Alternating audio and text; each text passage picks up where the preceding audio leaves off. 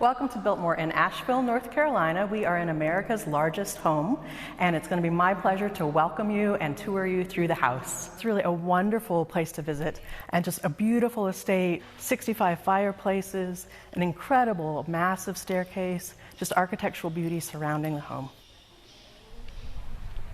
Welcome to Biltmore Estate in Asheville, North Carolina. It's my pleasure to tour you through the house. We'll go ahead and head in. This house was constructed over a period of 6 years, starting in the late 1880s and finished in 1895. George Vanderbilt, who was the owner of the home, the owner and builder of the home, really envisioned this as a getaway for his family and friends and opened it to his guests on Christmas Eve of 1895. So George Washington Vanderbilt was the youngest son of William Henry Vanderbilt and the grandson of Commodore Vanderbilt. So this was an incredible family that had been building railroads and shipping industries in New York and, of course, across the world. He was the youngest son, and he was really interested in intellectual pursuits. He was a tremendous book collector, a print collector, a friend to artists and writers, and really a collector of arts and beautiful objects. There were many pulmonary doctors in this area, and so he was accompanying his mother down here for her treatments. He fell in love with the landscapes and the sweeping views and began to assemble an estate, began to acquire land with this vision of creating a house and gardens and then a grand estate around it. So you wouldn't think for a house this size and in this scale that a bachelor would have built that. So when George first began building Biltmore, it was just he himself and his trusty dog Cedric, and they created this grand estate. It was really for friends and for family and to get away. It was his primary home, though he traveled quite a bit. He fell in love soon thereafter and welcomed his bride Edith Stuyvesant Dresser. They were married in Paris, had a 4-month honeymoon, and then came back to Biltmore in October of 1898. And ever since then, it has been a family home. So it's a really interesting story. When Hunt, the architect, and George Vanderbilt, the patron, started working together, they had a vision for a very small house, something tucked away into the mountains. And as their vision grew, the house literally grew. They traveled in France and in England, visiting grand chateaus and great country estates, and they took components from each of those. So I think they got excited about the idea and the possibilities, and the vision for the house grew and grew.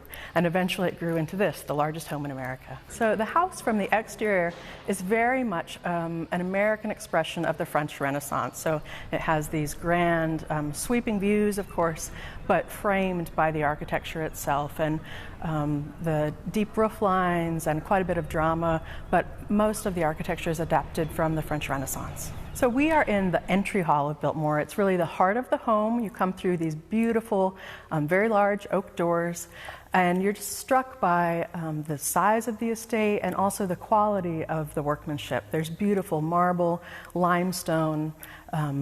The construction of the house is really exquisite.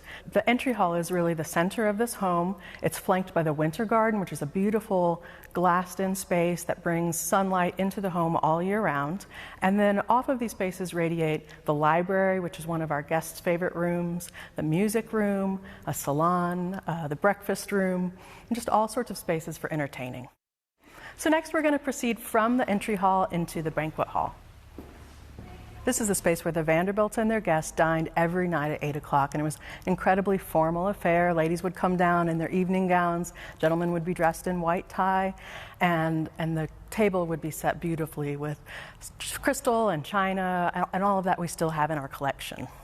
So the Vanderbilts, this was their main home. They were here most of the year. They did travel. They had a home in Paris as well, one in Washington, D.C., one in Bar Harbor, Maine, but Biltmore was their main home, and they welcomed guests here. So from Edith Wharton to Henry James, great writers, many, many politicians came here, and they would dine at this table.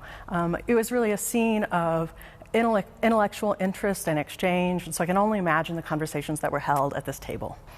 So if you were a guest at a party, a large party, you'd be seated at a large table. But if it was just the Vanderbilts and a few friends, you would be snuggled up against these beautiful fireplaces at a small table, which is what we're showing this evening. It's a 3-bay fireplace, literally almost a walk-in fireplace, if you will, and just incredible scale that lights the room and provides heat for the room as well. So throughout the house, there's remarkable carving, much of it done by Carl Bitter, who was a protege of Richard Morris Hunt, the architect. Carl Bitter was an immigrant from Austria that found his way working in these grand houses. He also worked on the facade of the Metropolitan Museum. And to decorate this space, he did two friezes, one called The Return from the Chase and another scene, both from Tannhäuser, the opera. George Vanderbilt was a great fan of opera, and you see many expressions of that throughout the architecture in the house. This is a space patterned after these grand baronial reception rooms. And I think one of the most remarkable things is the ceiling above us. It's a beautifully vaulted wooden ceiling that really just takes your breath away. Only in this room we have a 3-bay fireplace, but a ceiling that soars almost 7 stories high. Surrounding that as well are not only animal trophies, but also other sculptures by Carl Bitter and these beautiful leaded glass windows. So as I mentioned, George Vanderbilt was a bachelor when he built this house, but he soon welcomed Edith Stuyvesant Dresser as his future bride, and Edith became really the heart of the estate. She was very close to the estate workers here. She served as hostess of the house, so not only as hostess to Vanderbilt's guests, but also across the entire estate. We have many, many stories, particularly in this room, just really adorable stories of ways that she and he supported workers across the estate, including one of a little girl whose mother was playing in the loft above us, and she slipped in through the butler's legs, came over to Mrs. Vanderbilt at the table, and asked for a little bite of food off of her plate. And rather than being angry that this little girl had interrupted their dinner party, she fed her a little bite and sent her on her way. And the little girl told us how much she thought her mother must have died watching that entire scene. But it really gives you an idea of how beloved the Vanderbilts were by estate workers, and how much this house was a home, that you could have little girls wandering in through the kitchens and up the stairs and wanting to catch a glimpse of the ladies and gentlemen dining at Biltmore House. So in 1900, the Vanderbilts welcomed their most special guest, Cornelia Vanderbilt, their daughter, here. They had only one child, but she really grew up with the entire estate as her playground. So we are leaving the banquet hall and passing the breakfast room and on our way to the music room. And one thing that's really interesting and very unexpected is that the music room and the salon next to it were actually not finished during Vanderbilt's time here at Biltmore. They were finished much later, almost 80 years later. So these spaces were used sometimes for parties, but mostly they were just cordoned off with velvet curtains. So we are in the music room at Biltmore House, and this space remained unfinished until about 1976. And it was finished by our former owner, Mr. Cecil, who passed away, unfortunately, just this past year. But this was really a space that he created. The space was always supposed to be a music room. It was listed on plans as a music room, but for a mysterious reason, it was really unfinished. And then Mr. Cecil hired experts in Renaissance architecture and in Richard Morris Hunt's designs, and finished the space to the way you see it now in 1976. I think one of the most interesting things about this, though, despite so many fascinating things happening during George Vanderbilt's time, this room really housed one of Biltmore's great mysteries. Not only did we not know why it was finished, but in the 1940s it served a very important role in American history. Just weeks after Pearl Harbor was bombed, the National Gallery sent much of their art, many of America's finest treasures, to Biltmore House for safekeeping, and it's very interesting how it came about. Edith Vanderbilt was friends with David Finley, who was the National Gallery's first director, and he had visited Biltmore in 1925, and he had learned about how the house was isolated and in this beautiful area, and that it was built to be fire safe. And it registered to him. And then during the 40s, when much of Europe was being bombed and so much amazing art was being lost, he felt that the National Gallery's collection was at risk as well. And so he contacted Mrs. Vanderbilt and asked if he might send 72 pieces of art to Biltmore House for safekeeping. And they were loaded up in steel crates in the middle of a snowstorm, in the middle of the night, and sent down to Biltmore House by a railroad, and then housed in this room. And Biltmore at that point was actually opened as a museum, as much as it is today, and guests were walking past the space with curtains and steel fire doors at the doors and the arches, and having no idea that great works by Titian, by Rembrandt, by Vermeer, all of the great works of the National Gallery were here, even the Gilbert Stuart of George Washington that we all know so well. So the artwork was only here for a couple years. It was realized even before the war was completely done that they weren't at risk in the way that they thought. And so there was about a year when they were housed in this room and guests were walking past and there were guards on duty and even dogs on duty, but guests were walking past and had no idea. Then in 1943, the estate closed to guests because of a lack of manpower. So many people were involved in the war, and also because of rations with gasoline. And so the artwork hung here on racks, safe and tucked away for about another year and a half or so, and then was sent back, I believe, in 1944. And Mrs. Vanderbilt didn't charge the gallery for that, and we have a beautiful letter saying that it was part of her American duty, part of her patriotic duty to house and keep this art safe at Biltmore. So it's interesting to think why these spaces might not have been finished. Many people say perhaps it was because of financial reasons. I'm not quite sure that that's the case, because there's so many other spaces that important guests wouldn't have seen that are finished with incredibly carved woodwork, beautiful French walnut, exquisite metalwork, and I don't think that if finances had been the deciding factor, that those other spaces would have been finished so finely.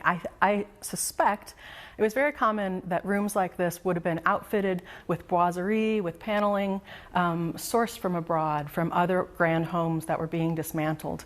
And Mr. Vanderbilt was very particular, and his architect was very particular. So I imagine that they were waiting to find just the right space to outfit with antique wood paneling, and that they never quite came across it. And also, the architect, Mr. Hunt, passed away during the final stages of construction. So I imagine that they had grand plans for this room and then never got quite to it. So we've left the music room and we're walking through the Tapestry Gallery at Biltmore, and it's based on many of the long galleries in England, in the great country houses. This space is more than 90 feet long, one of the most expansive spaces in the house, and decorated with exquisite tapestries from the 1530s. These are some of the few from a set that really tells of the virtues of man. So these are charity and prudence. And this is a really special space because it was one of the least formal spaces of the house. This is where the Vanderbilts would have initially greeted their guests.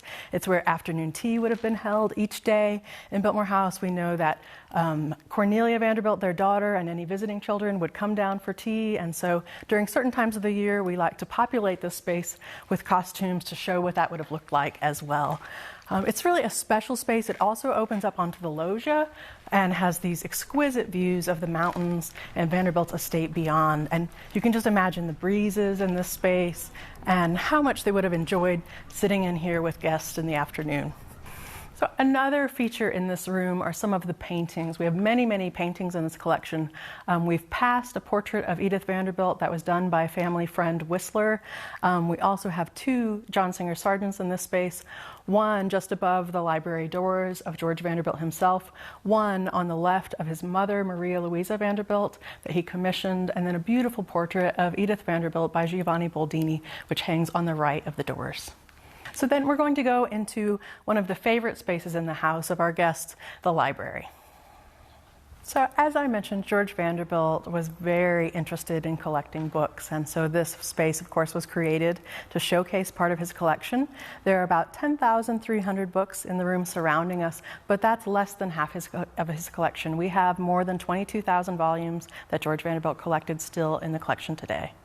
So George Vanderbilt was reading from a very young age and very interested in the idea of collecting and connoisseurship. Even at the age of 12, he began keeping a journal of the books he had read, which he kept his entire life until his death at age 51, and he had read 3,159 books during his lifetime. And they really span interests. So he was reading a lot of contemporary literature, both American, English, also French literature, but he was fascinated with history, fascinated with art, with horticulture. We had one of the strongest libraries of horticulture, very interested in architecture, and our collection really spans all of these topics. They're also bound, custom bound for him, and it's just magical to be in a space like this, and his love of books so clearly comes through. So the room is architecturally very interesting. It's paneled with this beautiful French walnut. Some of these have some concealed elements in them where maps and rolled documents could have been tucked away. But I think we get most often what are the secret passages or secret panels in Biltmore House. And unfortunately, we don't have any huge underground system of tunnels or anything like that. But one of my favorite things is that guests who were staying in certain suites had an area that would connect to a staircase, and it would come down through an unexpected passageway behind the mantelpiece and then out the door up above us on the second level. And then they were able to pop down easily from their room, grab a volume that piqued their interest, and then go back up to their space without disturbing anyone.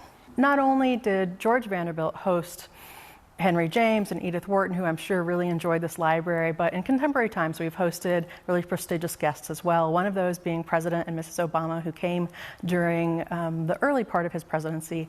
They came to Asheville to really enjoy the mountains and the food here and the Gulf and everything that Asheville has to offer, but they spent a lot of time with us here in the house, and the current day family toured them around, and when they came to the library, they were struck because, of course, President Obama and Mrs. Obama are both lovers of books, but President Obama was particularly transfixed by a globe that we have in our collection. That's a very rare globe dating from 1899, and he was very interested in examining the areas, particularly in the Middle East, and looking at the boundaries that were in place at the turn of the century and just getting kind of the broader world view. And he spent a lot of time explaining how the structures that are seen on the globe at that time really impact our world situation today. I think coming to Biltmore gives you an entirely different perspective on America in the 19th century. It gives you insight into this incredibly fascinating family, the Vanderbilts, who were key to the growth of America, but also insight into one family, a family who loved books, who loved this calm, beautiful area, who did a lot to enhance the understanding of scientific farming and forestry in America at that time. And you just get this glimpse into another time that doesn't exist anywhere else. It's a really unique place in America.